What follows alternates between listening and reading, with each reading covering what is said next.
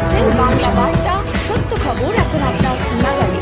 আমাদের চ্যানেলটি সাবস্ক্রাইব করুন, দেখতে থাকুন, সঙ্গে থাকুন। এই দেবাংশু ভট্টাচার্য যার গান আপনারা দেখে শুনেছেন, খেলা হবে, খেলা হবে, খেলা হবে, খেলা হবে। এই গান শুধু কোনো গান নয়, এ গান সমগ্র বাংলার যুব সমাজকে উদ্দীপ্ত করেছে, এ গান সমগ্র বাংলার মনীষীদের উদ্দীপ্ত করেছে, এ গান সমস্ত বাংলার হিন্দু, মুসলিম, শিখ, খ্রিস্টান প্রত্যেক মানুষকে ঐক্যবদ্ধ হয়ে এই স্বৈরতান্ত্রিক এই বিভীষিকাময় সরকারের বিরুদ্ধে লড়াইয়ের অনুপ্রাণিত করেছে। আর আমি বিশেষ কিছু বলছি না, আমরা স্বাগতম জানিয়ে দেবাংশু ভট্টাচার্য এখন আপনাদের সামনে, তাকে মাইকে আহ্বান জানিয়ে অনুরোধ করছি।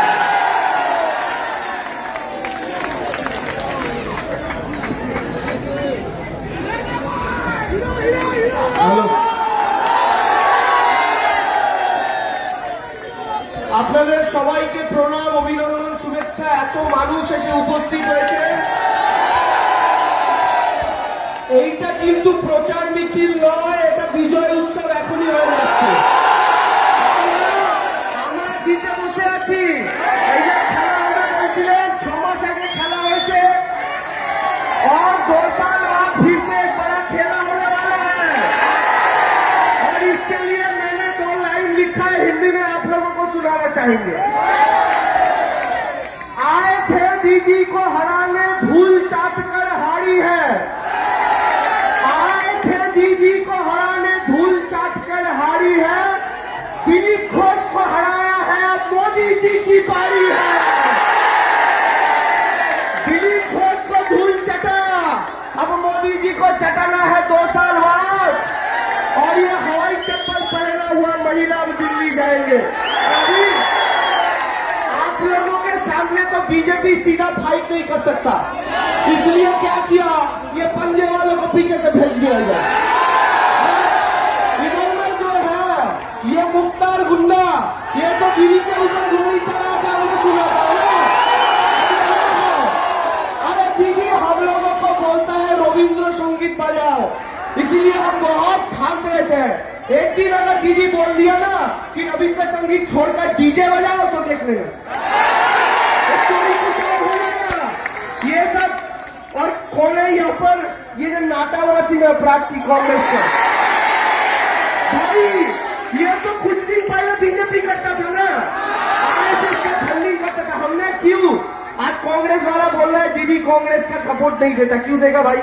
तुम्हारा बीजेपी वाला कैंडिडेट जो आरएसएस को फंडिंग करता था, वो उसको कांग्रेस का कैंडिडेट बनाओगे और दीदी आरएसएस के खिलाफ फाइट करेगा और आपके राहुल गांधी के सर में जाकर हाथ फैलाएगा। ऐसा तो नहीं होता भाई, ऐसा तो नहीं होता, दोनों चीज ऐसे नहीं होगा। इधर में মঞ্চে যারা উপস্থিত আছেন, আমি প্রথমেই রহমত আলম আনসারী উপস্থিত আছেন, 137 নম্বর ওয়ার্ডের প্রার্থী, এবং আগামী দিনে তিনি আরো 5 বছরের জন্য আপনাদের সেবা করার সুযোগ পাবেন, উপস্থিত আছেন। শাবানাজ মহিলা সভাপতি, তিনি উপস্থিত আছেন। জাকির হোসেন গাজী উপস্থিত আছেন, শাকিল সিদ্দিকী, আবুল হাসান, মফিজুল থেকে শুরু করে প্রত্যেক, এবং আপনারা যারা এখানে উপস্থিত আছেন। আচ্ছা, 3 নম্বর বোতাম, 3 নম্বর বোতাম টিপবেন, সকাল সকাল গিয়ে ভোট দেবেন। আর কংগ্রেস বিজেপির দিকে আঙুল বাড়িয়ে আঙুল ব্যথা করবেন না, টাইম নষ্ট করবেন না।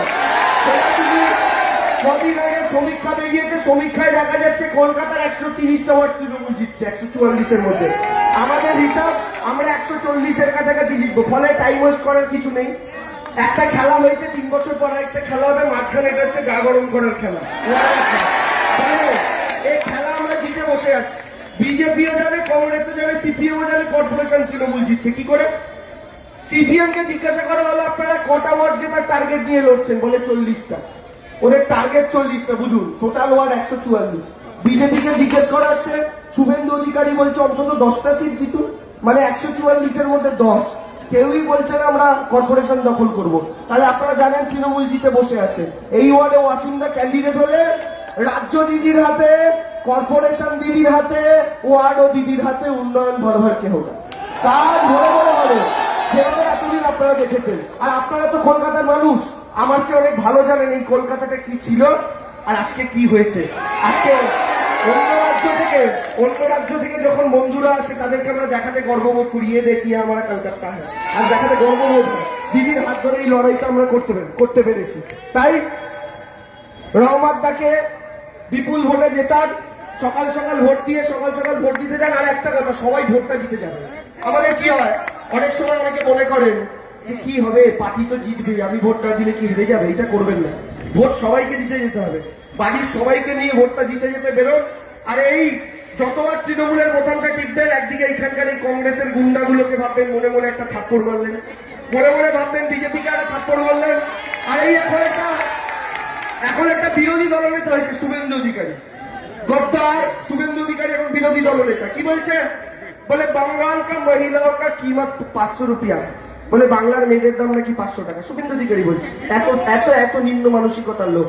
ভোটের আগে মা বোনেদের সম্মান করতে পারে না। দিলীপ ঘোষ কি বললো মনে করুন, দিদির পায়ে চোট লাগলো, ডাক্তারবাবু বললো দিদিকে আপনি দেখতে গিয়ে উঠুন, টুলের ওপর পা দিয়ে বসবেন। দিলীপ ঘোষ কি বললো, যে মমতা ব্যানার্জি যদি পা দেখাতে হয় শাড়ি পরেন কেন, বারমুন্ডা পরুন। এরকম নোংরা কথা। কিন্তু দিলীপ ঘোষ বললো, আল্লাহ বলুন বা ঈশ্বরের বলুন, তাদের মারতো বাউন্ডারি পার। তো যেই দিলীপ ঘোষ মমতা ব্যানার্জিকে বারমুন্ডা পড়তে বললো, পাবলিক দিলীপ ঘোষের আন্ডারওয়্যারটা খুলে নিল।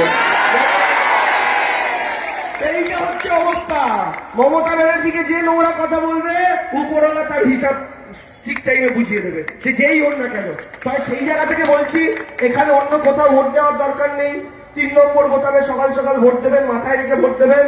এই মোদিজির দয়ায় 900 টাকার গ্যাস কিনছেন, মোদিজির দয়ায় 200 টাকার সর্ষের তেল কিনছেন, যাচ্ছে তাই অবস্থা, গোটা দেশটা সত্যানাশ করে দিয়েছে। তো সেই জায়গা থেকে দাঁড়িয়ে আর এখন কংগ্রেস সিপিএম এরা কোনো লড়াইতে নেই।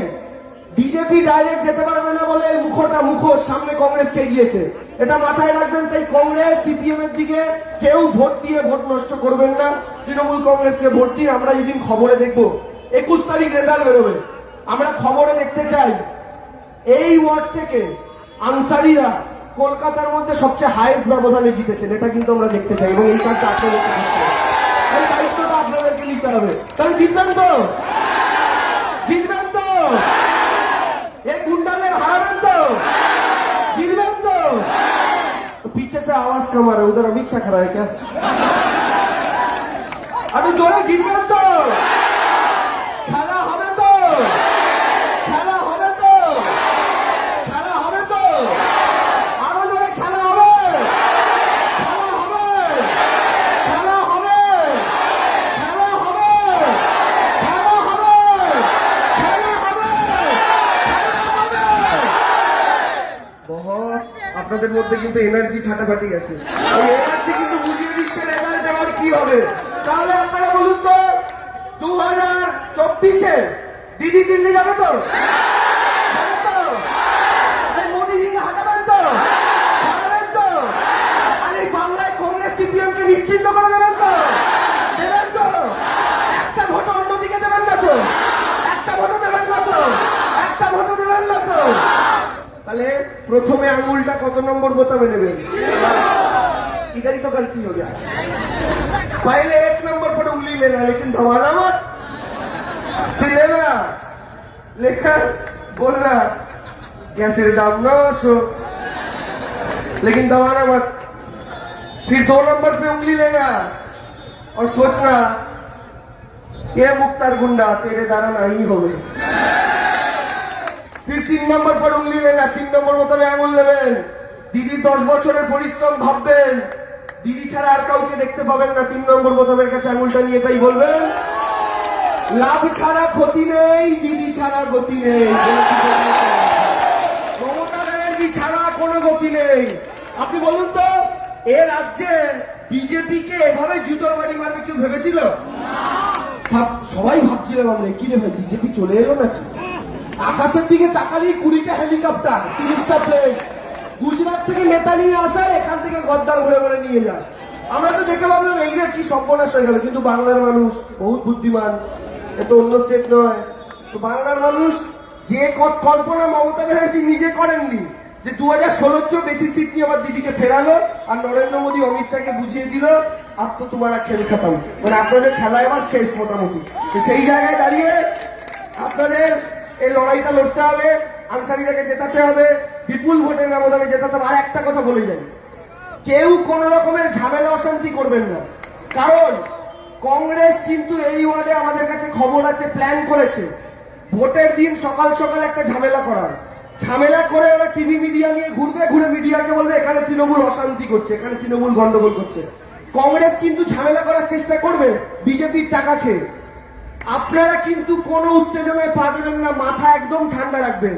পাশে যা হচ্ছে দেখবেন, সেখান থেকে সরে আসবেন, পুলিশ আছে, প্রশাসন আছে, তারা বুঝবে। কোন বিরোধীকে সুযোগ দেবেন না। আপনারা যদি 5,000, 10,000, 8,000 ভোটার যেত, কোন বিরোধী যেন এটা বলতে না পারে যে ওই ভোটের মধ্যে কালির দাগ আছে, ওই সুযোগটা কাউকে দেবেন না। কারণ আমরা এমনিতেই জিতবো, পাবলিক দিদির কাছে খুশি। লক্ষ্মীর ভান্ডার থেকে শুরু করে কন্যাশ্রী, যুবশ্রী, সবুজ সাথী, খাদ্য সাথী, মানুষ কিন্তু খুশি। মানুষ দেখছে যে মোদিজির 900 টাকার গ্যাসে ফোটাচ্ছি দিদির ফ্রি রেশনের চাল, মানুষ কিন্তু এটা জানে। ফলে মানুষকে প্রোটেকশন দিন, মানুষ যেন নিশ্চিন্তে ভোট দিতে পারে। আপনার যদি মনে হয় কি অন্য দলকে ভোট দেবে, তাকেও আপনি সঙ্গে সঙ্গে নিয়ে এসে ভোটটা দেওয়ার ব্যবস্থা করে দিন, কিন্তু ঝামেলা যেন না হয়, এই দিকটা প্রত্যেকে খেয়াল রাখবেন। তাই আপনাদের জিততে হবে, ভালো করে জিতুন। আর এখানে আপনারা প্রত্যেকে যারা উপস্থিত হচ্ছেন, মায়েরা যারা উপর থেকে অনেকে শুনছেন, ছাদে প্রচুর মানুষকে দেখতে পাচ্ছি, সবাইকে প্রণাম, অভিনন্দন। খেলবেন তো? ঠিক আছে, তাহলে 3 নম্বর বোতাম টিপবেন। ঠিক আছে, ঠিক আছে, খেলা হবে, স্লোগানটা দিচ্ছি, কিন্তু একটা স্তবক বাদ দিয়ে বলি, আরে অরিজিনাল খেলার একটা ডুপ্লিকেট কিউ বাজাবে।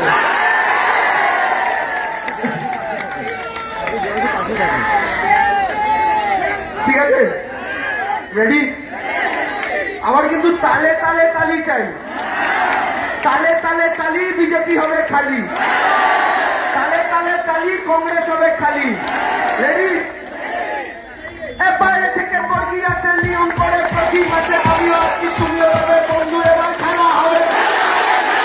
তৃণমূলের ভাগিয়ে নেতার নাকে সহজ ভোটে জেতা বিক্রি, 24 হবে বন্ধু, সেদিন খেলা হবে। বুড়ি মায়ের স্বাস্থ্য সাথী পুলিয়ে বলে বুকের ছাতি, অপারেশন ফিটেই হবে খেলা, খেলা, খেলা। রাস্তা হলো স্বাস্থ্য জল, ডিক্সি আছে ভোটের ফল, পৌরসভায় দিদি হবে বন্ধু, এবার খেলা হবে। এই ওয়ার্ডে আনসারিদের হবে বন্ধু, এবার খেলা হবে। বুথে বুথে খেলা হবে, ঘরে ঘরে খেলা হবে, পৌরসভায় খেলা হবে, এই কংগ্রেস খেলা হবে, এই বিজেপি খেলা হবে, এই আয়োগদার খেলা হবে, এই সুমন্ত খেলা হবে, এই 19 তারিখ খেলা হবে, এই 21 তারিখ খেলা হবে, সবুজাবির খেলা হবে, এই সবুজাবির খেলা হবে, এই সবুজাবির খেলা হবে। এবার সবাইকে দেখতে চাই, দুহাত তুলে বলছেন খেলা হবে, খেলা হবে, খেলা হবে, খেলা হবে। আনসারিদা জিতবে, জিতবে, জিতবে, জিতবে। যা জোরে স্লোগান দিয়েছেন, অমিত শাহের মাথায় ছিল 7-8টা চুল, অমিত শাহের মাথায় ছিল 7-8টা চুল, লোকসভাতে সেখান দিয়েও গজাবে জোড়া ফুল।